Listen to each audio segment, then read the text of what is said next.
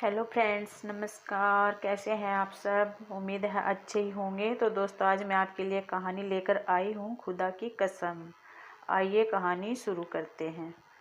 उधर से मुसलमान और इधर से हिंदू अभी अभी तक आ जा रहे थे। कैंपों के कैंप भरे पड़े थे, जिनमें मिसाल के तौर पर तीर धरने के लिए वाकई कोई जगह नहीं थी।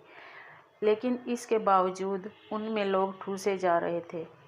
गल्ला नाकाफ़ी है, सेहत की सुरक्षा का कोई इंतजाम नहीं, बीमारियां फैल रही हैं, इसका होश किसको था? एक अफरा तफरी का वातावरण था। सन 48 का आरंभ था, संभवतः मार्च का महीना था। इधर और उधर दोनों तरफ रजाकारों के जरिए से अपहृत औरतों और बच्चों की बरामदगी का प्रशंसनीय काम शुरू हो चुका था। सैकड़ों मर्द, औरतें, लड़के और लड़कियां इस नेक काम में हिस्सा ले रहे थे। मैं जब उनको काम में लगे देखता तो मुझे बड़ी आश्चर्यजनक खुशी होती। यानी खुद इंसान की बुराइयों के आसार मिटाने की कोशिश में लगा हुआ था। जो असमतें लूट चुकी थी, उनको और अधिक लूट खसोट से बचाना चाहता था। किस लिए? इसलिए उसका दामन और अधिक धब्बों और दागों से भरपूर न हो। इसलिए कि वह जल्दी जल्दी अपनी खून से लिथड़ी उंगलियां चाट ले और अपने जैसे पुरुषों के साथ दस्तरखान पर बैठकर रोटी खाए। इसलिए कि वह इंसानियत का सुई और धागा लेकर जब एक दूसरे की आंख बंद किए हैं, असमतों के चाक रफू कर दे। कुछ समझ में नहीं आता था, लेकिन उन रजाकारों की जद्दोजहद फिर काबिले कदर मालूम होती थी। उनको सैकड़ों मुश्किलों का सामना करना पड़ा था। हजारों बखेड़े उन्हें उठाने पड़ते थे, क्योंकि जिन्होंने औरतें और लड़कियां उठाई थी अस्थिर थे। आज इधर कल उधर, कभी इस मोहल्ले में कभी उस मोहल्ले में, और फिर आसपास के आदमी उनकी मदद नहीं करते थे। अजीब अजीब दास्तानें सुनने में आती थी। एक संपर्क अधिकारी ने मुझे बताया कि सहारनपुर में 2 लड़कियों ने पाकिस्तान में अपने माँ बाप के पास जाने से इनकार कर दिया। दूसरे ने बताया, जब जालंधर में ज़बरदस्ती हमने एक लड़की को निकाला तो काबिज के सारे ख़ानदान ने उसे यूं अलविदा कही जैसे वह उनकी बहू है और किसी दूसरे दराज सफ़र पर जा रही है। कई लड़कियों ने माँ बाप के खौफ से रास्ते में आत्महत्या कर ली। कुछ सदमे से पागल हो चुकी थी। कुछ ऐसी भी थी जिन्हें शराब की लत पड़ चुकी थी। उनको प्यास लगती थी तो पानी की बजाय शराब मांगती और नंगी नंगी गालियाँ बकती। मैं उन बरामद की हुई लड़कियों और औरतों के बारे में सोचता तो मेरे मन में सिर्फ फूले हुए पेट उभरते। इन पेटों का क्या होगा? उनमें जो कुछ भरा है उनका मालिक कौन बने, पाकिस्तान या हिंदुस्तान? वह 9 महीने की बारबरदारी, उनकी उजरत पाकिस्तान अदा करेगा या हिंदुस्तान? क्या यह सब जालिम फितरत या कुदरत के बही खाते में दर्ज होगा? मगर क्या इसमें कोई पन्ना खाली रह गया है? बरामद औरतें आ रही थी, बरामद औरतें जा रही थी। मैं सोचता था, ये औरतें भगाई हुई क्यों कहलाई जाती हैं? इन्हें अपहृत कब किया गया है? अपहरण तो बड़ा रोमांटिक काम है, जिसमें मर्द और औरतें दोनों शामिल होते हैं। मगर यह एक ऐसी खाई है जिसको फांदने से पहले दोनों रूहों के सारे तार झनझना उठते हैं। लेकिन यह अगवा कैसा है कि एक निहत्थी को पकड़कर कोठरी में कैद कर लिया गया। लेकिन वह ज़माना ऐसा था कि तर्क वितर्क का फलसफा बेकार चीज़ें थी। उन दिनों जिस तरह लोग गर्मियों में भी दरवाजे और खिड़कियां बंद करके सोते थे, इसी तरह मैंने भी अपने दिल दिमाग में सब खिड़कियां और दरवाजे बंद कर लिए थे। हालांकि उन्हें खुला रखने की ज़्यादा ज़रूरत उस वक्त थी, लेकिन मैं क्या करता? मुझे कुछ सूझता नहीं था। बरामद औरतें आ रही थी, बरामद औरतें जा रही थी। यह आवागमन जारी था, तमाम तिजारती विशेषताओं के साथ। और पत्रकार, कहानीकार, शायर अपनी कलम उठाए शिकार में व्यस्त थे। लेकिन कहानियाँ और नज़्मों का एक बहाव था जो उमड़ा चला आ रहा था।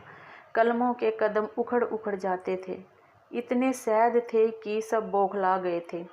एक संपर्क अधिकारी मुझसे मिला, कहने लगा, तुम क्यों गुमसुम रहते हो? मैंने कोई जवाब न दिया। उसने मुझे एक दास्तान सुनाई। अपहृत औरतों की तलाश में हम मारे मारे फिरते हैं, एक शहर से दूसरे शहर, एक गांव से दूसरे गांव, फिर तीसरे गांव, फिर चौथे, गली गली, मोहल्ले मोहल्ले, कूचे कूचे। बड़ी मुश्किलों से लक्ष्य मोती हाथ आता है। मैंने दिल में कहा, कैसे मोती? मोती नकली या असली? तुम्हें मालूम नहीं हमें कितनी दिक्कतों का सामना करना पड़ता है। लेकिन मैं तुम्हें एक बात बताने वाला था। हम बॉर्डर के इस पार सैकड़ों फेरे कर चुके हैं। अजीब बात है कि मैंने हर फेरे में एक बुढ़िया को देखा, एक मुसलमान बुढ़िया को, एक अधेड़ उम्र की थी। पहली बार मैंने उसे जलंधर में देखा था। परेशान, खाली दिमाग, वीरान आंखें, गर्द व गुबार से हटे हुए बाल, फटे हुए कपड़े। उसे तन का होश था न मन का, लेकिन उसकी निगाहों से जाहिर था कि वह किसी को ढूंढ रही है। मुझे बहन ने बताया कि यह औरत सदमे के कारण पागल हो गई है, पटियाला की रहने वाली है। इसकी इकलौती लड़की थी जो इसे नहीं मिलती। हमने बहुत जतन किए हैं उसे ढूंढने के, मगर नाकाम रहे। शायद दंगों में मारी गई है, मगर यह बुढ़िया नहीं मानती। दूसरी बार मैंने उस पगली को सहारनपुर के बस अड्डे पर देखा। उसकी हालत पहले से कहीं ज़्यादा खराब थी और जर्जर थी। उसके होठों पर मोटी मोटी पपड़ियाँ जमी थी, बाल साधुओं के से बने थे। मैंने उससे बातचीत की और चाहा कि वह अपनी व्यर्थ की तलाश छोड़ दे। चुनाचे मैंने इस मतलब से बहुत पत्थर दिल बनकर कहा, माई तेरी लड़की कत्ल कर दी गई थी। पगली ने मेरी तरफ देखा। कत्ल? नहीं। उसके लहजे में फौलादी यकीन पैदा हो गया। उसे कोई कत्ल नहीं कर सकता, मेरी बेटी को कोई कत्ल कर ही नहीं सकता। और वह चली गई अपनी व्यर्थ तलाश में। मैंने सोचा एक तलाश और फिर, लेकिन पगली को इतना यकीन था कि उसकी बेटी पर कोई कृपाण नहीं उठा सकता, कोई तेज धार हथियार, कुंद छुरा उनकी गर्दन पर नहीं बढ़ सकता। क्या वह अमर थी या उसकी ममता अमर थी? ममता तो खैर अमर होती है। फिर क्या वह अपनी ममता ढूंढ रही थी? क्या इसने उसे कहीं खो दिया था? तीसरे फेरे पर मैंने उसे फिर देखा। वह बिल्कुल चीथड़ों में थी, करीब करीब नंगी। मैंने उसे कपड़े दिए, मगर उसने कबूल न किए। मैंने उससे कहा, माई मैं सच कहता हूँ, तेरी लड़की पटियाले में कत्ल कर दी गई थी। उसने फिर फौलादी यकीन के साथ कहा, तू झूठ कहता है। मैंने उससे अपनी बात मनवाने की खातिर कहा, नहीं मैं सच कहता हूँ। काफ़ी रो पीट लिया है तुमने, चलो मेरे साथ, मैं तुम्हें पाकिस्तान ले चलूँगा। उसने मेरी बात न सुनी और बड़बड़ाने लगी। बड़बड़ाते हुए वह एकदम चौंकी। अब उसके लहजे में यकीन फौलाद से भी ठोस था। नहीं, मेरी बेटी को कोई कत्ल नहीं कर सकता। मैंने पूछा, क्यों? बुढ़िया ने होले होले कहा, वह खूबसूरत है, इतनी खूबसूरत कि कोई कत्ल कर ही नहीं सकता, उसे तमाचा तक नहीं मार सकता। मैं सोचने लगा, क्या वाकई वह इतनी खूबसूरत थी? हर माँ की आंखों में उसकी औलाद चांद का टुकड़ा होती है, लेकिन हो सकता है वह वास्तव में खूबसूरत हो। मगर इस तूफान में कौन सी खूबसूरती है जो इंसान के खुरदरे हाथों से बची है? हो सकता है पगली इस थोथे ख्याल को धोखा दे रही हो। फरार के लाखों रास्ते हैं। दुख एक ऐसा चौक है जो अपने इर्द गिर्द लाखों बल्कि करोड़ों सड़कों का जाल बना देता है। बॉर्डर के इस पास कई फेरे हुए। हर बार मैंने उस पगली को देखा। अब वह हड्डियों का ढांचा रह गई थी, नज़र कमज़ोर हो गई थी, टटोल टटोल कर चलती थी, लेकिन उसकी तलाश जारी थी। बड़ी तल्लीनता से उसका यकीन उसी तरह स्थिर था कि उसकी बेटी जिंदा है, इसलिए कि उसे कोई मार नहीं सकता। बहन ने मुझसे कहा, इस औरत से मगजमारी फिजूल है, इसका दिमाग चल चुका है। बेहतर यही है कि तुम इसे पाकिस्तान ले जाओ और पागल खाने में दाखिल करा दो। मैंने उचित न समझा।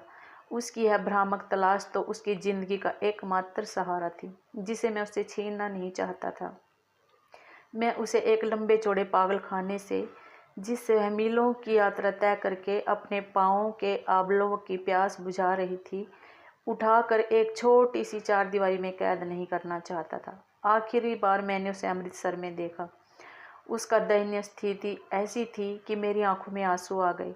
मैंने फैसला कर लिया कि मैं इसे पाकिस्तान ले जाऊंगा और पागल खाने में दाखिल करा दूंगा। एक फरीद के चौक में खड़ी अपनी आधी अंधी आंखों से इधर उधर देख रही थी। चौक में काफ़ी चहल पहल थी। मैं बहन के साथ एक दुकान पर बैठा एक अपहृत लड़की के बारे में बात कर रहा था।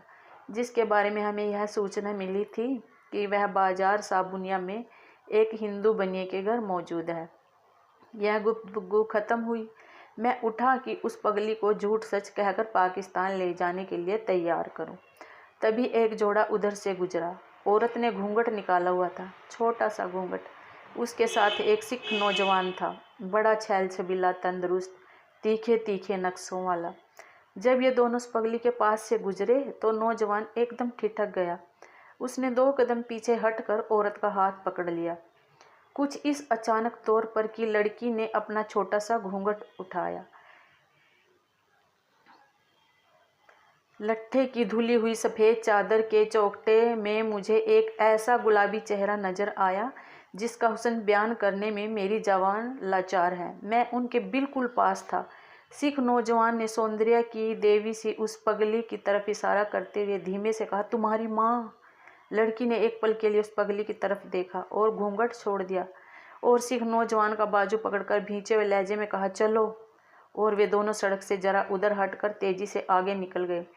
पगली चिल्लाई, भाग भरी, भाग भरी। और वह सख्त परेशान थी।